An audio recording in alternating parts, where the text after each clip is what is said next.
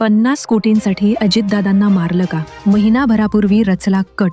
अमोल मिटकरींचा खळबळजनक दावा. महाराष्ट्राचे दिवंगत उपमुख्यमंत्री अजित पवार यांच्या अपघातावरून महाराष्ट्रातील राजकीय वातावरण तापत आहेत. अजित पवार यांचा अपघात नव्हे तर घातपात झाल्याचा आरोप सत्ताधारी तसेच विरोधी पक्षातील नेत्यांकडून केला जात आहे. राष्ट्रवादी काँग्रेस शरद पवार गटाचे आमदार रोहित पवार यांनी मंगळवारी मुंबईत पत्रकार परिषद घेत खळबळ उडवून दिली होती. त्यांनी अजित पवारांच्या विमान अपघाताचा घटनाक्रम मांडत अनेक त्रुटी समोर आणल्या. तसेच विमान कंपनींसह पायलट आणि काही राजकीय नेत्यांवर संशय व्यक्त केला.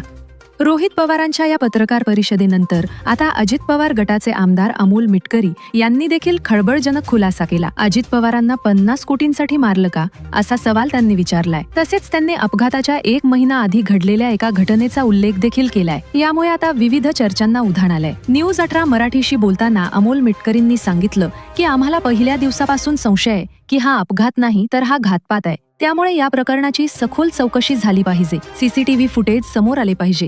व्हीएसआर कंपनीनं पिंकी माळीच्या वडिलांना काहीच मदत केली नाही. व्हीएसआर कंपनीनं केवळ पायलटचा विमा काढला होता, तोही डिसेंबर महिन्यात, आणि जानेवारीत अपघात झाला. त्यामुळे मला हा अपघात पायलटला पैशांचा आमिष दाखवून हिप्नोटाईज करून केलेला घातपात असू शकता, असा संशय व्यक्त केलाय. तसेच मी रोहित पवार यांच्या मताशी सहमत आहे. केंद्रानं मोठ्या एजन्सींकडून अजितदादांच्या विमान अपघाताची चौकशी करावी आणि हा सगळा तपास केला जावा. आमचा सीआयडीवर विश्वास आहे, पण त्यांच्या तपासाला मर्यादा आहेत, असंही मिटकरांनी म्हटलंय.